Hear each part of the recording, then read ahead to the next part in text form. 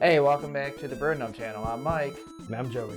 And today we're going to be going through an English dark mild, so sit back and relax and we'll show you how it's done.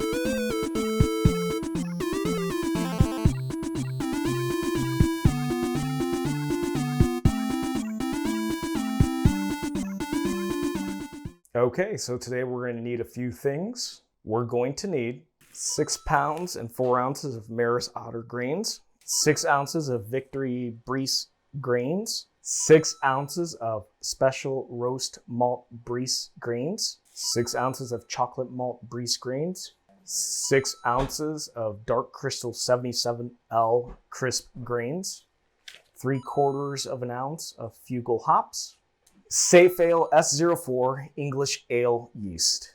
Okay, so today we're going to need a few things. We're going to need a mixing spoon, a measuring container that contains our sanitation solution, a strainer, a stock pot for our Sparge water, Whirlfloc clarifiers. We'll also have, this is what we're using for sanitizer. Here's our cleaner. We have a spray bottle for easy sanitation. We also have our thermometer. We also have our hydrometer, some yeast nutrients. We also have our fermenter with our cooling system and airlock. We also have our double Wort chiller that we'll be using. And then also 5.5 gallons of water that's going straight into our Anvil foundry. And then 1 gallon of Sparge water. And then obviously I already mentioned, but we'll also be using the Anvil foundry for this brew. All right, so we got our Anvil up to 161 degrees Fahrenheit at 100%. This took about an hour and we're using the 120 volt. So we're gonna go ahead and grab our grains, which we've already pre-mixed. And we're gonna slowly pour this in. All right, so we turned off the unit, so as we're mashing in, we're making sure that our temperature can drop down to that 158 degrees Fahrenheit.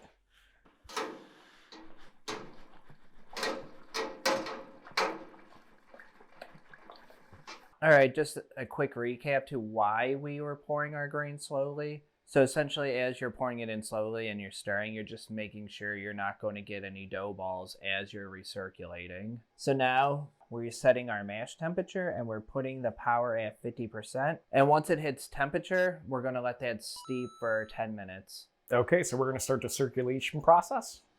And first we're going to give this a quick stir. Where is the spoon? It's right here. Just a nice good stir. Next we're going to put the lid here. Top it off here, and then that there.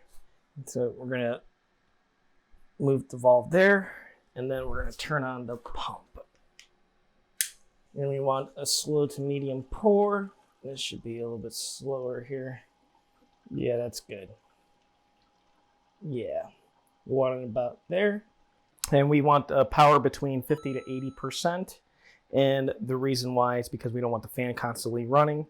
And this will go on for a total of 45 minutes. And every 15 minutes, we're gonna stir. At the last 20 minutes of the circulation process, we're gonna start our Sparge water. We're gonna put that on the stovetop, and we want it to reach a total of 168 degrees. So we just finished our 45-minute recirculation. So what we ended up doing is we turned the Anvil up to 100 and set it to 168. As you can see, it's a couple degrees over, but that's fine. Now we're going to let it rest for about 10 minutes. We're pretty much going to let the grain steep, and it's going to loosen up that sugar. So when we do our Sparge, all that remaining sugar is just going to drain out with it. So we're going to start the Sparge. So first thing, let's turn off this unit. And then Joey's going to hand me the Sparge water. And I know I just said that, but just to recap really quickly, again, this is just going to get the rest of the sugar that's remaining in our grains. So let's do a very slow pour. And as you can see, the Anvil has all these holes on top where it makes it easy to, what's the word I'm looking for? Distribute the water pretty much evenly onto the grains. Cool. So the next step is we're going to let this strain out for a couple of minutes. Once we don't hear any water flowing down anymore, we're going to go ahead, turn the Anvil back up to 100%, and we're going to get it to that boiling point. Okay, so now that we've reached a temperature of 212, we're going to let this boil for an hour and a half. With 60 minutes left into the boil, we're going to put in our Fuggle hops, and we're putting 0.75 ounces. 15 minutes left into the boil, we're going to put our Whirlfloc clarifier. This is optional. At 15 minutes left into the boil, we're going to add our wort chiller so it can be sanitized. At the last 10 minutes of the boil, we're going to put 5 teaspoons of yeast nutrients. Okay, now that the boil is over, we're going to first turn off the unit. And anything touching the wort from this point on, we want to make sure we sanitize.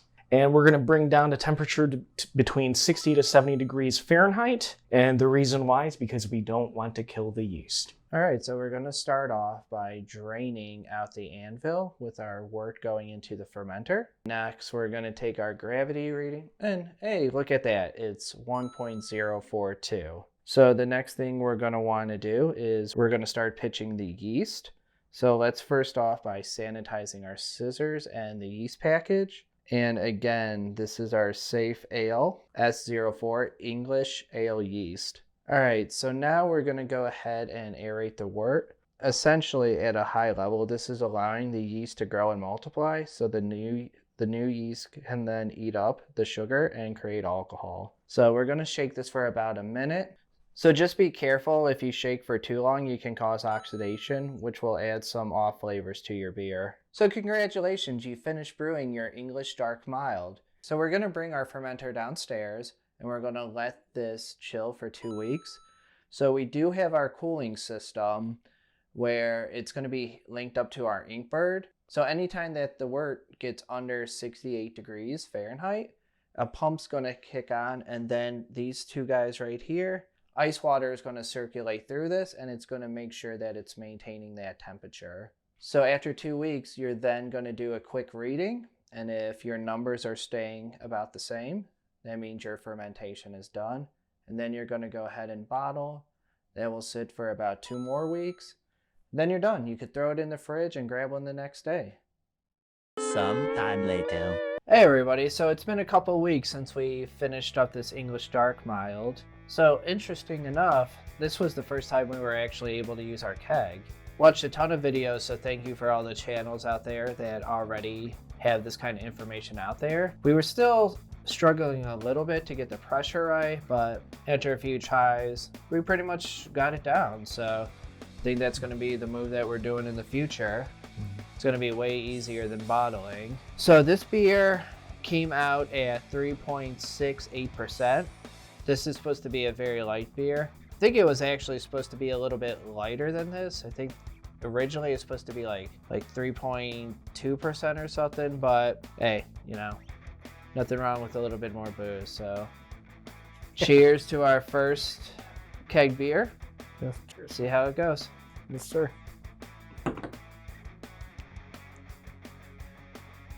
Straight off the bat, I think we hit that flavor for the English Mild. It is very malty.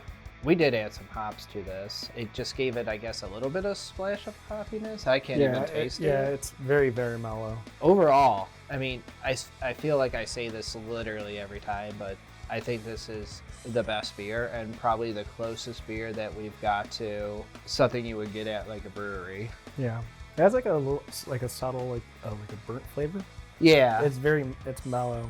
I think the target for this was to have kind of like a biscuity, kind of little bit of wheat or sweetness. Shit, dude, like I can drink these every day. Like this is super light.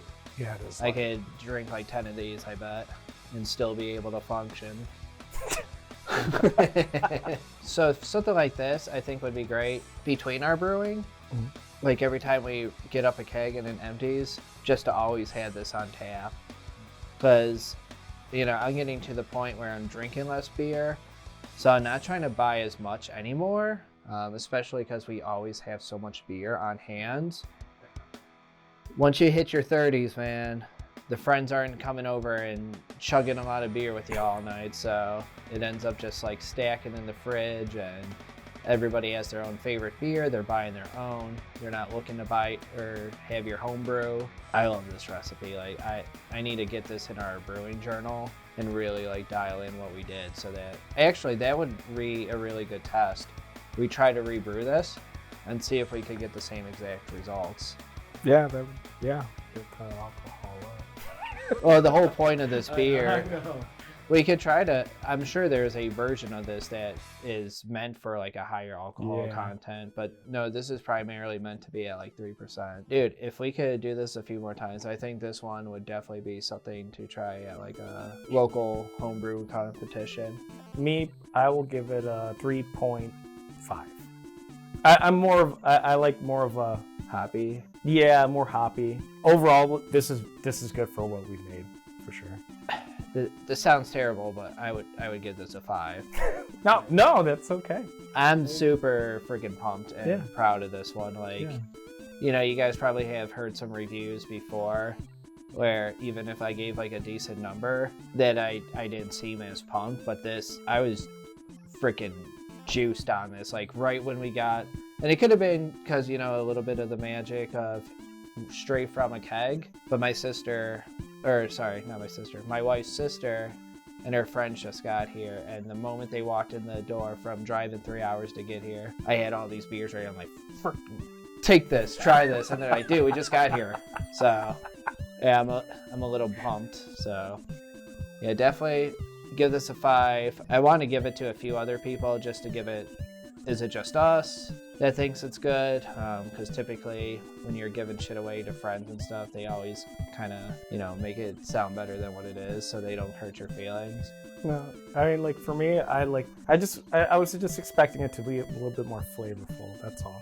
It's hard for me to like discern what's what. Overall, though, it's really good, and like it's light, it's mellow. There's a good balance. So we're getting temperature control down, we're getting the kegging down. If we could get the water profile where that really helps let either the malt or hop shine, I think that could definitely just push this a little bit further.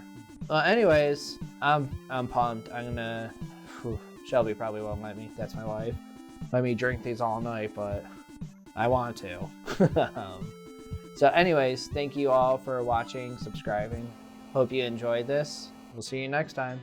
Peace. Peace. Is he like shitting his pants right now? There we go.